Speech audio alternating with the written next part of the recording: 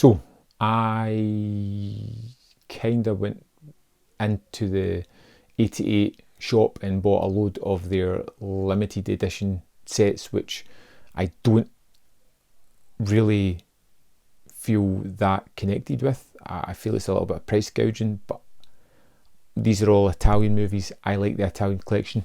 I was picking them up, but at the same time, I kind of hate myself at the same time for doing it. It's one of those strange anomalies. So let's jump into some of the titles I picked up.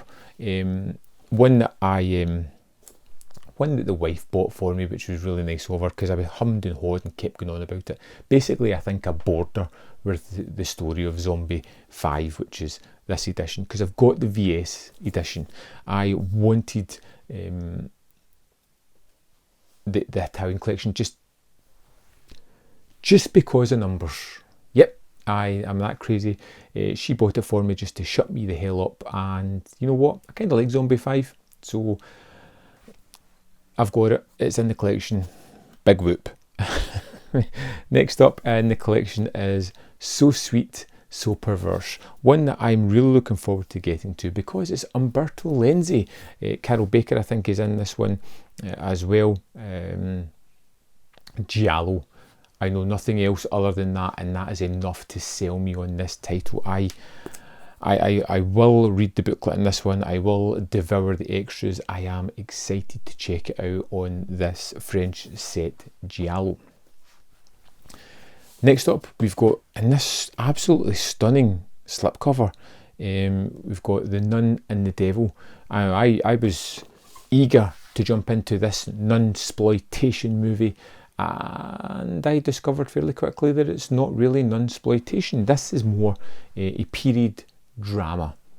It feels weird being in the Italian collection, but it's kind of fitting at times as well. It's set around this convent. We have all these different factions who all have these different power plays. When the Mother Superior is dying, there is a power struggle for who's going to take over. There is priests who come in to investigate the nunnery and start to torture the people. There's people having affairs with other people. It's basically just a drama piece, but it's pretty captivating once you get into it. It's pretty interesting to see how the power dynamics are shared amongst everybody within this convent, and how it's kind of mutual self-destruction in the end for these people. Not a movie that I would have jumped out and picked. If I had seen the trailer, if I had seen that, I probably would have passed on it. But one of those movies that I put on, I kept expecting gore or blood and guts or horror or sex to appear somewhere along the line, and it never quite delivered on that. Instead, it was something a little bit more realistic, a little bit more affecting, and ultimately something that I was surprised but happy to get. Now, this cover, I don't know if it's showing up in the camera too great, but it is really beautiful. One of those ones where I tore off the cellophane and was like, wow, that's amazing.